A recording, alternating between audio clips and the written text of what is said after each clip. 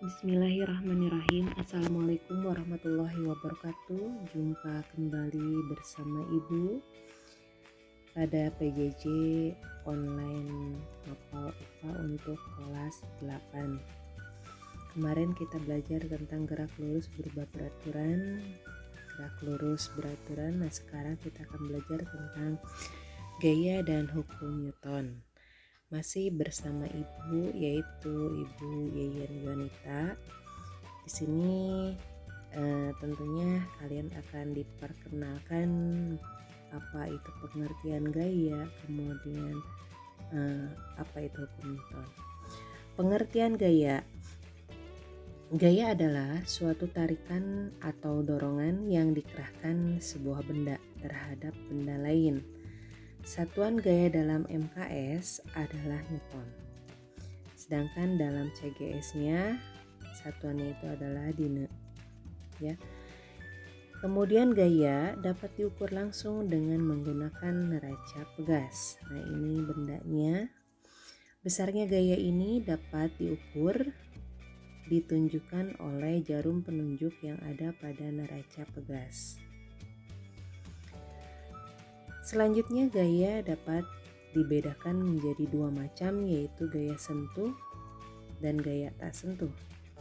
Gaya sentuh adalah gaya yang bekerja pada benda akibat adanya sentuhan, contohnya gaya otot dan gaya gesek. Sedangkan gaya tak sentuh adalah gaya yang bekerja pada benda tanpa adanya sentuhan dengan benda tersebut, contoh gaya gravitasi bumi dan gaya listrik. Macam-macam gaya. Dalam fisika ada bermacam-macam gaya, diantaranya ada gaya berat, yaitu gaya gravitasi yang bekerja pada suatu benda. Ada gaya normal, yaitu gaya sentuh yang timbul akibat sentuhan dua benda. Ada gaya tegangan tali, di mana gaya tegangan tali ini bekerja pada dua benda yang dihubungkan oleh tali. Selanjutnya ada gaya gesek. Gaya gesek terjadi pada bidang sentuh antar permukaan dua benda. Arahnya ini berlawanan dengan arah gerak benda. Selanjutnya ada gaya tekan, di mana tekanan merupakan besarnya gaya tekan tiap satuan luas permukaan dan lain sebagainya. Ada resultan gaya. Nah, di sini kalian diperkenalkan dengan istilah resultan gaya, yaitu satu garis kerja yang menggantikan beberapa gaya. Jadi resultan gaya ini adalah beberapa gaya yang bekerja pada suatu benda dalam satu garis kerja. Nah, dengan memperhatikan gaya sebagai besaran yang memiliki arah, maka resultan gaya ini secara matematis dirumuskan sebagai berikut. R itu resultan sama dengan sigma F. Sigma itu jumlah, F itu gaya. Jadi sigma F jumlah gaya sama dengan F1 tambah F2 tambah F3. Gaya 1 tambah gaya 2 tambah gaya 3 dan seterusnya. Nah, untuk resultan gaya ini, gaya-gaya yang searah, resultan gayanya tinggal ditambahkan saja. Nah, untuk gaya-gaya yang berlawanan arah, resultannya dikurangkan. Sedangkan untuk gaya-gaya yang saling tegak lurus, kita gunakan teorema Pythagoras untuk mencarinya. Contoh, yang A itu gaya misalkan ke arah utara. Sedangkan yang B itu gaya ke arah timur.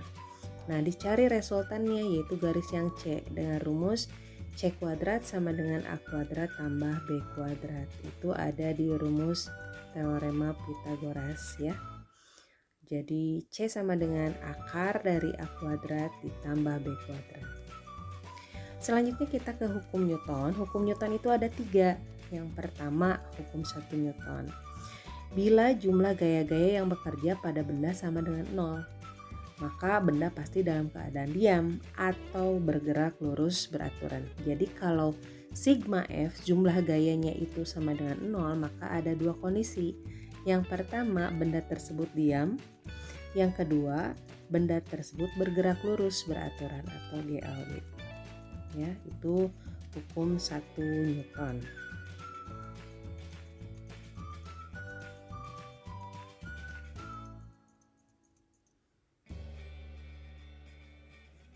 Hukum 1 Newton. Penjelasan hukum 1 Newton di sini sifat benda untuk mempertahankan keadaannya yang diam tetap diam.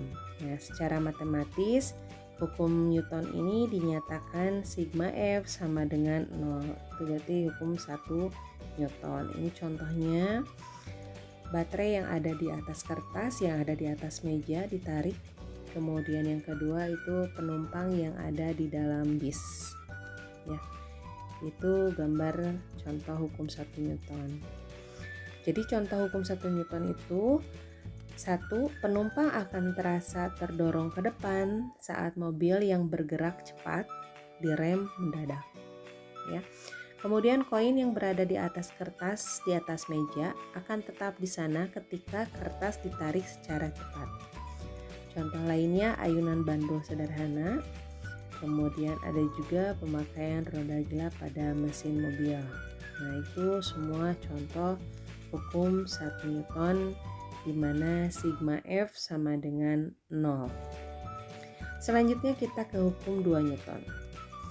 Hukum ini berbunyi percepatan dari suatu benda akan sebanding dengan jumlah gaya atau resultan gaya yang bekerja pada benda tersebut dan berbanding terbalik dengan masanya. Sebuah benda dengan massa, simbolnya M, mengalami gaya resultan sebesar F, akan mengalami percepatan, simbolnya A, yang arahnya sama dengan arah gaya. Dan besarnya ini berbanding lurus terhadap F dan berbanding terbalik terhadap M. Atau kalau dirumuskan, F sama dengan M kali A. Ya. Jadi rumus hukum Newton pertama itu sigma F sama dengan 0. Kalau hukum 2 Newton ini sigma F sama dengan M dikali A, massa dikali percepatan. Itu bedanya hukum 1 Newton dengan hukum 2 Newton ya. Jadi ibu ulang, hukum ini berbunyi percepatan dari suatu benda akan sebanding dengan jumlah gaya atau resultan gaya yang bekerja pada benda tersebut dan berbanding terbalik dengan massanya. Nah, secara matematis dirumuskan A sama dengan sigma F bagi M, atau sigma F sama dengan M kali A, di mana A ini adalah percepatan, sigma F ini adalah jumlah gaya, dan M adalah massa. Contoh hukum 2 Newton. Pada gerakan di dalam lift, ya. Ketika kita berada di dalam lift yang sedang bergerak, gaya berat kita akan berubah sesuai pergerakan lift. Saat lift bergerak ke atas, kita akan merasakan gaya berat yang lebih besar dibandingkan saat lift dalam keadaan diam. Hal yang sebaliknya terjadi ketika lift yang kita tumpangi bergerak ke bawah. Saat lift bergerak ke bawah, kita akan merasakan gaya berat yang lebih kecil daripada saat lift dalam keadaan diam. Itu bedanya ya. Kalau ke atas gaya berat lebih besar, kalau ke bawah gaya berat lebih kecil. Hukum 3 Newton. Hukum 3 Newton, contoh peristiwa-peristiwa yang berhubungan dengan hukum ini adalah peluru yang ditembakkan ke depan sedangkan senapannya terdorong ke belakang. Mesin jet yang mendorong gas ke belakang sedangkan pesawat jetnya meluncur ke depan. Contoh lainnya adanya gaya gravitasi, ada peristiwa gaya magnet, kemudian ada gaya listrik ya. Nah, hukum 3 Newton ini bunyinya, jika suatu benda mengerjakan gaya pada benda lain, maka benda yang dikenai gaya akan mengerjakan gaya yang besarnya sama dengan gaya yang diterima dari benda pertama, tetapi arahnya berlawanan. Nah, hukum ini disebut hukum aksi-reaksi.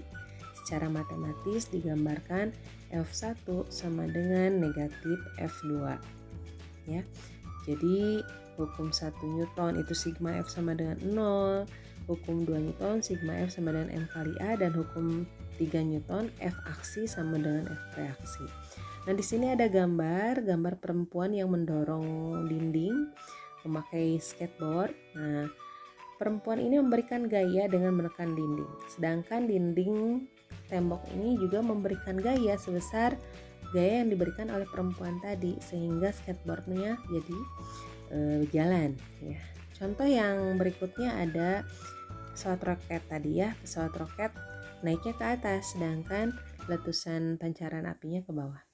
Nah, kesimpulannya, pada hukum 2 Newton, setiap benda akan memiliki kecepatan yang konstan, kecuali ada gaya yang resultannya tidak nol bekerja pada benda tersebut. Ya, sedangkan hukum 3 Newton ini tadi berbanding terbalik. Sigma F sama dengan F1 sama dengan negatif F2. Dan hukum 3 Newton ini disebut hukum aksi reaksi. Ya. Jadi Ibu ulang. Kalau hukum Newton 1 itu sigma F sama dengan 0, hukum Newton 2 sigma F sama dengan M kali A, hukum Newton 3 hukum aksi reaksi. Alhamdulillahirabbil alamin. Akhirnya selesai. Ibu ucapkan terima kasih. Kita tutup dengan salam. Wassalamualaikum warahmatullahi wabarakatuh.